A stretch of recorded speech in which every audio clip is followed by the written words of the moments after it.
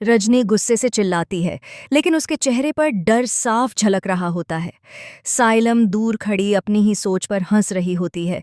वह मन ही मन कहती है, मैं सोच रही थी कि तू इतना शातिर नहीं निकलेगा बाबा, लेकिन तू तो उम्मीद से भी ज्यादा खतरनाक निकला। और रजनी को देखकर ठंडे लहजे में कहती है, तू तो पूरी की पूरी मूर्ख है।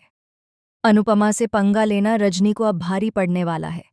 जिस आग से रजनी ने अनुपमा को जलाने की कोशिश की थी, अब उसी आग में रजनी खुद झुलसने वाली है।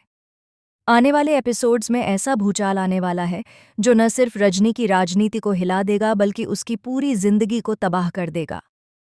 दोस्तों, आप देख रहे हैं कि चौल वालों ने किस तरह अनुपमा का सारा सामान बाहर फेंक दिया है। कपड़े, बर्तन, किताबें, सब कुछ सड़क पर बिखरा हुआ है। अनुपमा को धक्के मारकर बाहर निकाल दिया जाता है।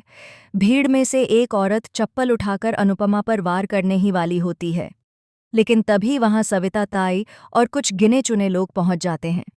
सविता ताई उस औरत का हाथ पकड़ लेती हैं और जोर से कहती हैं, बस, अब बहुत हो गया। सभी मिलकर अनुपमा के चारों ओर एक दीवार बनाकर खड़े हो जाते हैं। हालांकि बाकी चौल वाले गुस्से में कहते हैं कि वे अनुपमा का हुक्का पानी बंद कर देंगे। कोई उससे बात नहीं करेगा, कोई उसकी मदद नहीं करेगा। अनुपमा अकेली रह जाएगी। लेकिन हर अंधेरे में कुछ रोशनी होती है।